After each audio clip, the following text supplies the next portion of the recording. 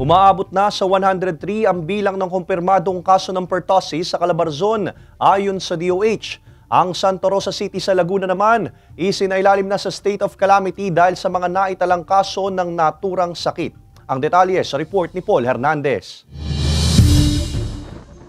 Sa pinakahuling datos ng Department of Health Calabarzon, umaabot na sa 103 ang kumpirmadong kaso ng pertussis o whooping cough sa rehiyon, habang nasa 173 naman ang suspected cases. Ang probinsya ng Laguna ang may pinakamaraming kaso na umaabot na sa 24. Pumapangalawa ang Cavite na may 22 kaso at pangatlong probinsya ng Rizal na may 20 kaso. 19 naman ang kumpirmadong kaso sa Batangas, habang 7 naman sa Quezon at 2 sa Lucena City. On the positive note po sa pag-increase ng cases, gumaganda po yung surveillance side natin.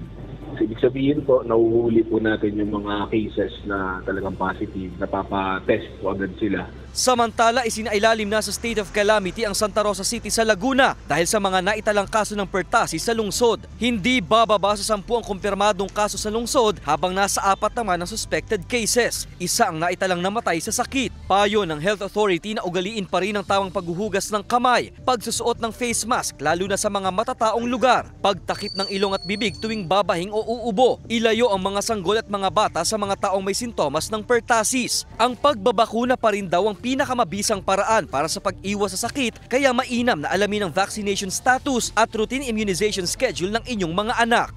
Paul Hernandez, Balitang Southern Tagalog.